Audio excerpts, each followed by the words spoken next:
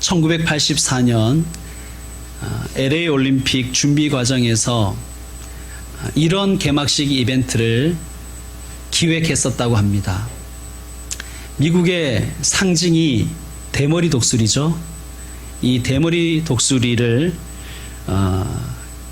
서쪽 주 경기장 서쪽 언저리에서 솟아오르게 해서 선회 비행을 하게 한 후에 활강하여 내려와서 주 경기장에 있는 올림픽 횃대에 안착하게 하는 그러한 이벤트를 기획했었다고 합니다.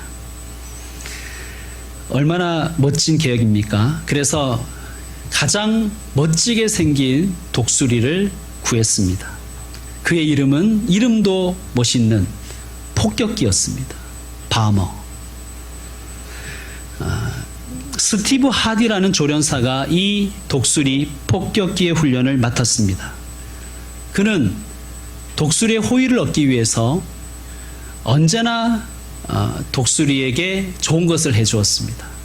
밤낮 함께하며 또 조금만 자라면 고기를 주면서 또 언제 어디서나 독수리를 자기의 팔 위에 올려두고 다닐 정도로 세심하게 정성을 쏟았습니다.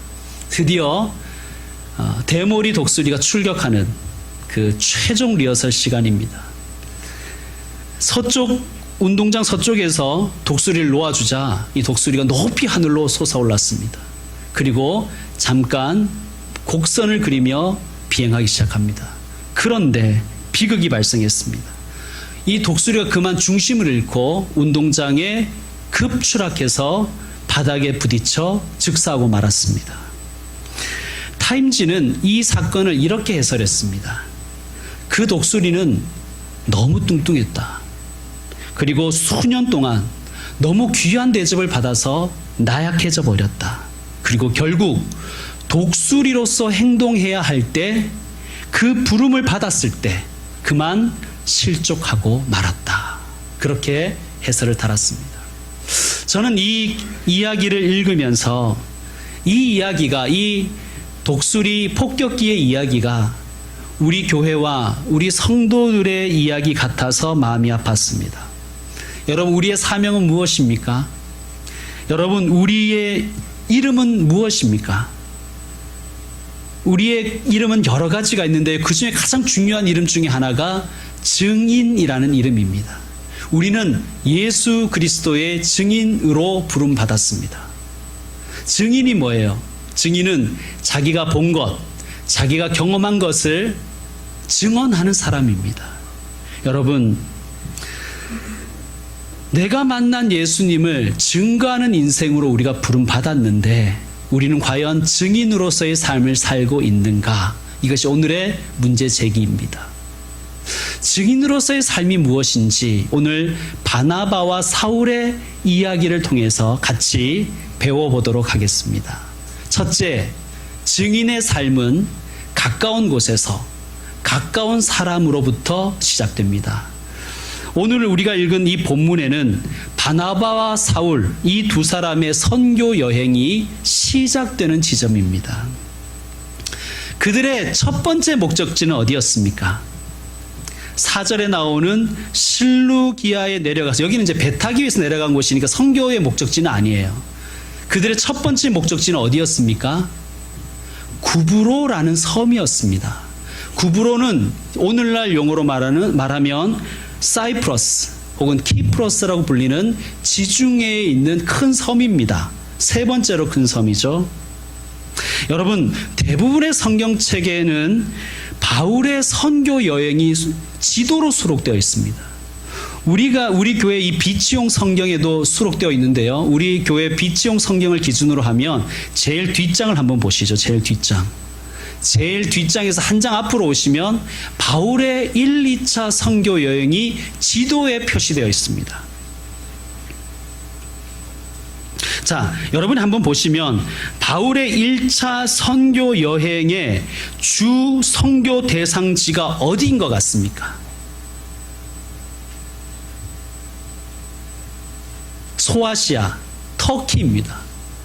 그러니까 바울과 바나바 이 첫 이방을 향한 선교 사들의 원 목적지, 가장 중요한 목적지는 소아시아, 오늘날 지명으로 말하면 터키가 되겠습니다.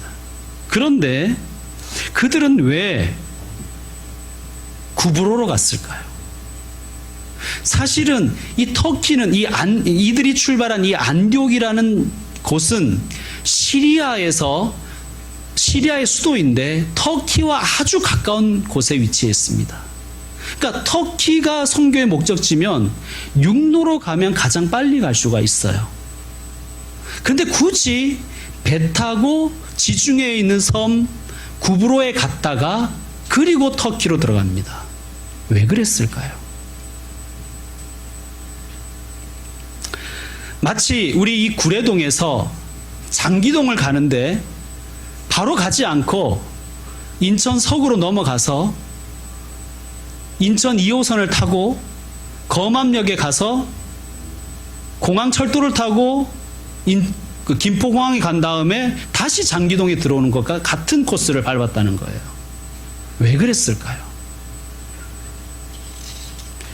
결론은 이들이 키프로스, 구브로에 가기 위한 것이 아니겠습니까? 그렇다면 왜 구브로에 가려고 했는가 하는 것입니다. 성경에 여기에 대한 답은 없지만 우리가 유추해 볼 수 있는 힌트는 있습니다. 사도행전 4장 36절에 보면 바나바의 고향을 소개하고 있어요. 여러분, 바나바의 고향이 어디겠어요? 예상하셨겠지만 구브로입니다. 사도행전 4장 36절에 이렇게 되어 있습니다. 구브로에서 난 레위족 사람이 있으니 이름은 요셉이라 사도들이 일컬어 바나바라 하니. 바나바의 고향이 태어난 곳이 키프로스, 구브로였습니다. 여러분, 이 지금 선교팀의 팀장이 누구예요? 누가 책임자예요? 바나바죠. 선교 여정을 논의할 때 바나바의 입김이 강하게 작용하지 않았겠습니까? 물론 좋은 의미에서의 입김 말입니다. 사랑하는 성도 여러분, 저와 여러분이 예수님의 증인으로 살아야 할 첫 번째 대상은 우리의 가족, 우리의 친구입니다. 물론 이 첫 번째라는 말이 가족과 친구에게 전도하기 전에 다른 사람에게 전도하면 안 된다는 그러한 순서상의 첫째를 의미하는 것은 아닙니다. 우리 중심에 가장 중요한 영역 중에 하나가 가족이어야 한다는 뜻입니다. 가족에게 증인으로 살아야 돼요. 교회에서만 집사님, 권사님이 아니라 가족 가운데서도 집사님, 권사님으로 사셔야 됩니다. 친구에게서도 마찬가지예요. 야, 난 너 교회 다니는 줄 몰랐다. 이런 소리 들으시면 안 돼요. 표시를 내라는 의미보다는 우리의 삶 속에, 친구와의 관계 속에 내가 예수님의 증인다워야 됩니다. 이것이 우리의 첫 번째 과제입니다. 가족 전도의 뜨거운 열정이 우리에게 있어야 된다는 말씀입니다. 그러면 바나바만 그랬을까요? 사울은 어땠을까? 여러분, 성경을 읽으면서 사울이라는 이름도 나오고 바울이라는 이름도 나오죠. 같은 이름이에요. 우리가 예를 들면 그 국제 이 글로벌한 시대에 한글 이름도 가지고 영어 이름도 가지고 있는 사람들이 있죠. 그런 거와 같은 거예요. 사울은 유대식 이름이고 바울은 헬라식 이름입니다. 같은 사람이에요. 자, 사울은 어땠을까요? 자, 바나바는 첫 번째로 전도의 대상자로 자기의 친척과 가족과 친구들이 있는 구브로를 택했습니다. 바울은 어땠을까요? 바울도 역시 마찬가지입니다. 여러분, 바울의 고향이 어딘지 아세요? 바울의 고향은 터키에 있는 다소라는 곳입니다. 아까 그 지도를 보시면 안디옥에서 터키를 향해서 조금만 올라가서 보시면 터키 근방에, 그러니까 터키 경계선을 넘어서 얼마 안 가 다소라는 곳이 나옵니다. 다소. 바울이 안디옥 교회에 사역자로 부임하기 전에 다소의 낙향에서 한 3년을 살았었습니다. 뭐 했을까요? 빈둥빈둥 놀면서 세월 보냈을까요? 저는 그렇게 생각하지 않습니다. 아마 그는 자신의 고향 다소에서 예수의 증인으로 살았을 것입니다. 그리고 오늘 우리가 공부하는 이 사도행전 13장에 나눈 이 1차 전도 여행은 바나바가 주도했다면 2차 전도 여행은 누가 주도를 했을까요? 예, 바울이 주도했습니다. 여러분 보시면 2차 전도 여행 지도를 보시면 바울이 첫 번째 선교의 대상지로 어디를 향하고 있는지 여러분 보시면 알 것입니다. 어디입니까? 다소입니다. 다소. 바나바와 사울의 가슴 속에, 그 심령 속에 언제나 자기 가족과 자기의 친척과 또 친구들이 그 가슴에 있었다는 것입니다. 여러분께서 로마서 9장과 10장을 보시면 바울의 뜨거운 호소를 만나게 됩니다. 그가 이렇게 말해요. 내가 그리스도에게서 끊어질지라도 내가 간절히 원하는 소망이 있는데 내 동족의 구원이다. 이 무슨 말이냐? 내가 지옥 가더라도 내가 천국을 보내야 될 사람이 있는데 누구냐? 내 가족, 내 친족, 내 형제, 내 친구들이다. 그렇게 성경에 호소하는 것을, 호소문이 있는 것을 우리가 발견합니다. 내가 죽어 저들이 살았으면 좋겠다. 사랑하는 성도 여러분, 우리도 이 심정으로 살아야 할 것입니다. 자, 오늘 본문으로 다시 들어가서요. 6절에 보면 이런 지명 하나가 나옵니다. 온 섬 가운데로 지나서, 이 섬은 구브로 섬이에요. 키프로스예요. 온 섬 가운데로 지나서 어디에 이르렀다고요? 바보에 이르렀다. 이 지명이 조금 그렇긴 하지만 영어로는 파피입니다. 헬라어로는 파포스. 굉장히 중요한 도시예요. 행정의 중심지의 수도라고 보시면 됩니다. 또 수도의 중심지이며 당시 폴리스들은 대부분 그랬지만 종교의 중심지이기도 합니다. 이 바보라는 도시의 신이 누구였는가?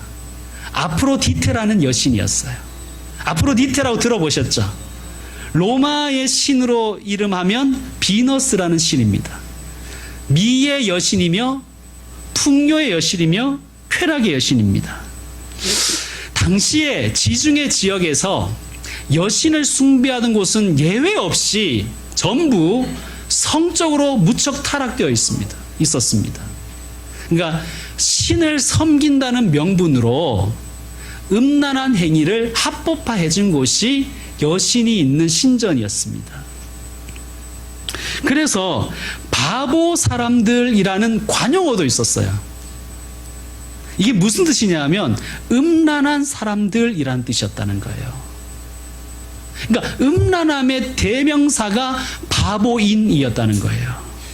자, 바나바의 심정이 어땠을까요? 여러분, 이 자신이 태어난 곳, 자신의 고향, 이 구브로가 음란의 대명사로 불리는 이 현실을 보는 바울의 심정이 어땠을까요? 아마 그는 찢어지듯이 아픈 가슴으로 이렇게 기도했을 것입니다. 주님, 제게 복음을 주신 것처럼 제 가족들에게도, 제 친족과 제 친척과 친구들에게도 복음을 주십시오. 제가 복음의 통로 되길 원합니다. 아마 그는 그 심정으로 기도하고 이 선교지로 향했을 것입니다. 하나님, 저를 멸망에서 건져주신 것처럼 제 가족과 제 친구들을 이 음란한 도시에서, 영적 타락한 이 상태의 도시에서 구원하여 주시옵소서. 그것이 바나바의 기도였을 것입니다. 이 기도가 우리의 기도여야 됩니다. 성도 여러분, 가족을 전도하십시오. 친구를 전도하십시오. 그리고 가족과 친구를 위해 기도하십시오. 그리고 결코 포기하지 마십시오. 두 번째, 증인으로 산다는 것은 무엇이냐? 주의 증인들은 지적인 능력과 영적인 능력을 겸비하고 살아야 됩니다. 여러분 6절을 다시 한번 보겠습니다. 6절부터 8절까지 우리 함께 합독하겠습니다. 6절에서 8절입니다. 시작. 온 섬 가운데로 지나서 바보에 이르러 바 예수라 하는 유대인 거짓 선지자인 마술사를 만나니 그가 총독 서기오 바울과 함께 있으니 서기오 바울은 지혜 있는 사람이라 바나바와 사울을 불러 하나님의 말씀을 듣고자 하더라. 이 마술사 엘루마는 이름을 번역하면 마술사라. 그들을 대적하여 총독으로 믿지 못하게 힘쓰니. 아멘. 구브로인 중에 유력한 사람 2명이 등장합니다. 한 명은 이 땅의 총독인 서기오 바울과 또 마술사이자 거짓 선지자인 바 예수라는 사람, 2사람이 등장합니다. 자, 말씀을 읽어보면 바나바와 사울은 총독 서기오 바울에게는 지적으로 설명을 했고 또 거짓 선지자인 바 예수는 영적으로 대적을 했습니다. 여러분, 이 부분이 매우 중요합니다. 지적으로 설명해야 될 사람이 있고 그러한 상황이 있고 우리가 영적으로 대적해야 될 상황과 사람이 있다는 거예요. 이게 바뀌면 문제가 자꾸 발생하는 거예요. 자, 하나님의 말씀을 듣고자 하는 이에게, 이 말은 하나님의 말씀을 그냥 청취만 한다는 뜻이 아니라 8절에 나와 있는 대로 하나님을 믿어보려고 하는 자에게는 어떻게 해야 되는가? 지적으로 설명을 해야 된다는, 가르쳐야 된다는 거예요. 지성을 동원해서. 그런데 하나님을 대적하고 다른 사람이 하나님 믿는 것을 방해하고 다른 사람의 신앙을 어긋나게 하는 사람은 어떻게 해야 된다고요? 설명하는 게 아니라, 설득하는 게 아니라 영적으로 대적하라는 거예요. 여러분, 우리에게 하나님은 지성을 주셨고요, 영성을 주셨습니다. 이 2가지를 함께 겸비하여 사용할 줄 알아야 됩니다. 이것을 누구에게 어떻게 사용하는 것을 아는 것이 분별력인 거예요. 영적 분별력인 거예요. 근데 문제는 대부분의 사람들이 이것을 반대로 하려고 합니다. 지적인 설명이 필요한 분들에게는 영적으로 대해요. 내가 기도해보니까 말이야, 뭐 이러면서. 기도해보니까 아닌 것 같아. 믿도 끝도 없이, 설명도 없고, 설득도 없고, 기도해보니까 아니라는 거예요. 우리 교회는 그렇잖아요. 하나님의 뜻이라 그러면 딴 말을 못 하잖아요. 정당하게 서로 의견을 나누어야 될 일에 있어서 하나님의 뜻이 아닌 것 같습니다, 이래 버리면 더 이상 아무 말 할 필요가 없는 거예요. 여러분, 교회는 대부분의 일을, 99%의 일을 지성으로 해결해야 됩니다. 형제에게는 설명을 해야 되는 거예요. 주님의 말씀을 듣고자 하는 자, 주님의 말씀을 믿고자 하는 자에게는 설명할 수 있는 지성적인 능력을 키워내야 됩니다. 그게 이제 교육과 양육이죠. 반대로 하나님을 믿지 않으려고 하는 자가 있어요. 심지어 하나님 믿는 것을 방해하는 세력들도 있잖아요. 하나님을 믿지 못하게 애쓰는 그런 환경들도 있지 않습니까? 그럴 때는 어떻게 하는가? 가서 자꾸 설득하려고 하지 말고 대적하라는 거예요. 그러고 대놓고 자꾸만 얘기는 하지 말고 속으로, 주로 속으로 말이죠. 속으로 말해야 됩니다. 속으로. 자, 어떻게 했는가? 9절 말씀 한번 보시겠습니다. 9절 말씀 함께 읽습니다. 시작. 바울이라고 하는 사울이 성령이 충만하여 그를 주목하고. 자, 첫 번째 해야 할 일이 뭐예요? 성령 충만해야 된다는 거예요. 이건 어떤 방법이 없어요. 기도와 말씀 외에는 방법이 없어요. 자, 첫 번째 우리가 할 일은 키워야 될 영적인 능력은 성령의 충만함을 구하고 성령 충만해지는 것입니다. 그 다음에 어떻게 하라는 거예요? 그를 주목하고. 이게 무슨 말이냐? 자, 성령의 충만함을 받아 그를 주목했다는 것은 내 육신의 눈으로 그를 보는 것이 아니라 성령님의 눈으로 그를 바라보고 상황을 바라보라는 거예요. 자, 지식으로 토론하고 설득하고 설명하는 것이 아니라 성령의 눈으로 먼저 보라는 거예요. 근데 우리는 자꾸만 안 믿는 사람하고 싸우려고 하죠. 토론하려고 합니다. 됩니까? 안 되잖아요. 그러니까 토론을 실컷 하고 나도 이겨도 이긴 것 같지 않고 지면 짜증나고 뭐 그런 기분이 우리에게 늘 찜찜하게 남아있는 것 아닙니까? 그럴 때는 성령의 눈으로 보고 주목해야 됩니다. 자, 성령의 눈으로 바예수, 이 거짓 선지자를 바라보니까 그의 정체가 파악됩니다. 여러분이 성령의 눈으로 보면 나의 상태가 파악이 되고 상대의 영적 상태가 파악이 될 것입니다. 그리고는 어떻게 하죠? 10절 말씀 같이 한번 읽겠습니다. 시작.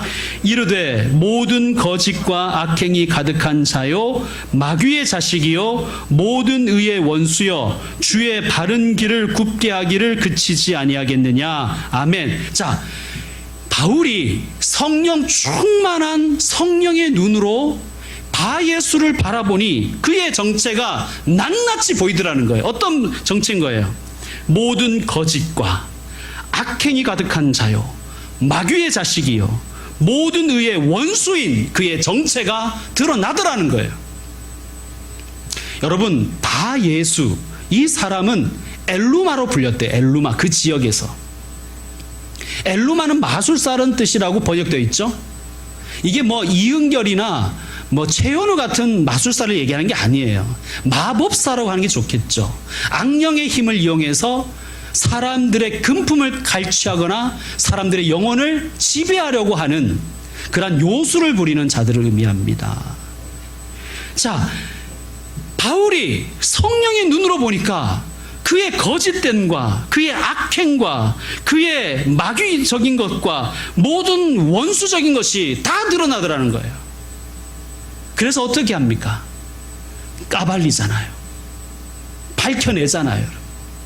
여러분, 우리가 말씀과 기도로 훈련받고 우리가 이 세상 속에 나가서 우리의 삶을 바라보면 모든 거짓과 악행과 마귀적인 것과 사탄적인 것들이 보입니다. 1차적으로 우리가 해야 할 일은 무엇인가? 그것을 밝혀내는 거예요. 여러분, 어둠은 빛을 이길 수가 없잖아요. 여러분, 우리가 그렇잖아요. 거짓을 가만히 놔두면 거짓을 자꾸 덮어야 되잖아요. 거짓이 자꾸 커집니다. 그러나 좀 힘들어도 거짓과 악을 밝혀내면 처음에는 힘들지 모르지만 그곳에 다시 정의가 살아나는 것입니다. 그게 우리 그리스도인이 할 일인 것이에요. 거짓은 까발리는 순간 힘을 잃어버리는 거예요. 그러나 거짓은 숨기면 숨길수록 힘이 강성해집니다. 여러분, 어둡고 습한 곳에 곰팡이가 피잖아요. 방법이 뭐가 있습니까?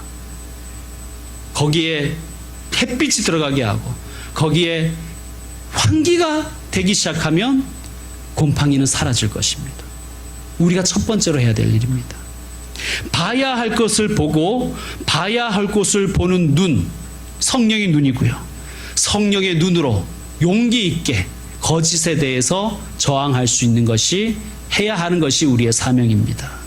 자, 지금 바울이 이 거짓과 악행, 마귀와 원수에게 뭐라고 얘기하고 있느냐? 이렇게 얘기합니다.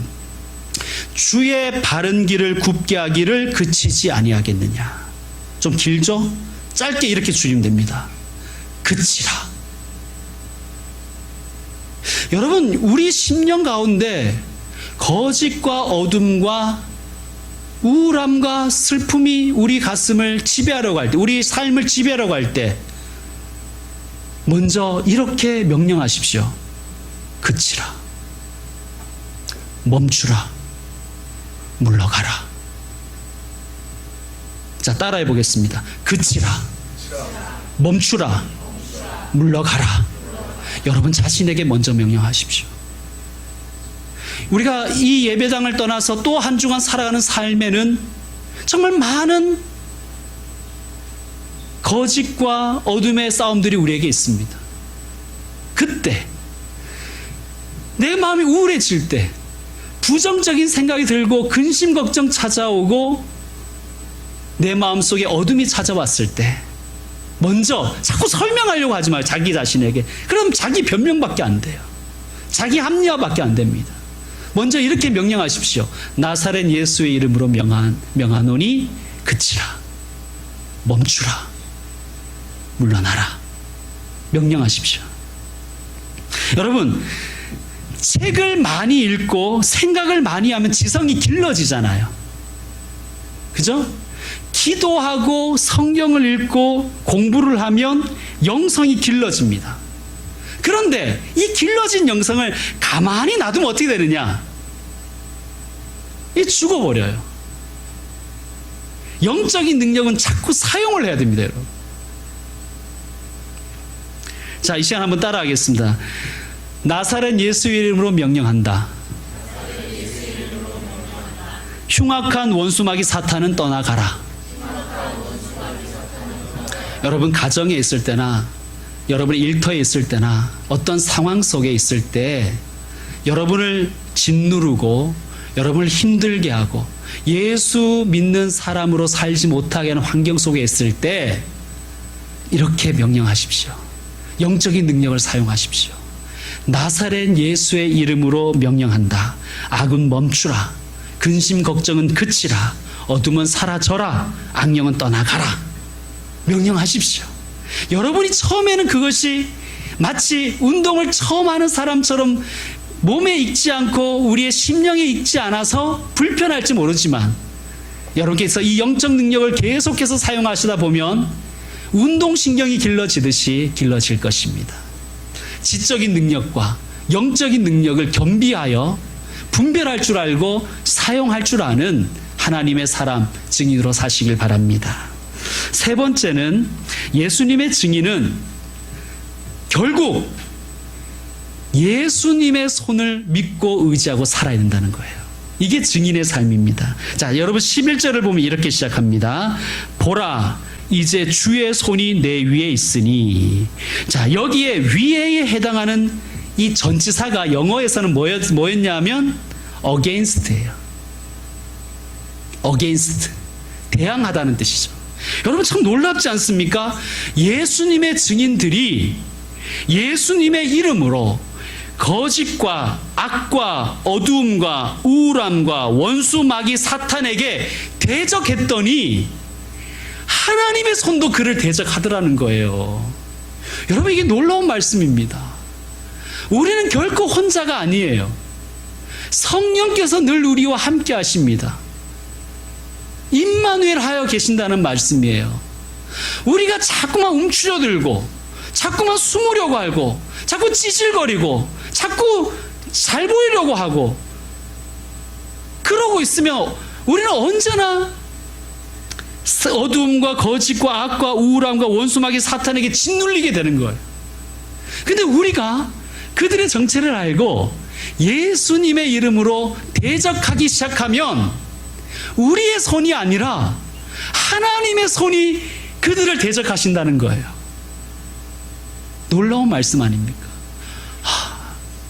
나 같은 이런 연약한 자가 나사렛 예수의 이름을 의지했더니 그리고 용기를 내서 원수 마귀 사탄에게 저항했더니 주의 손이 그들을 대항하시더라는 거예요. 여러분 이것이 신앙의 맛입니다.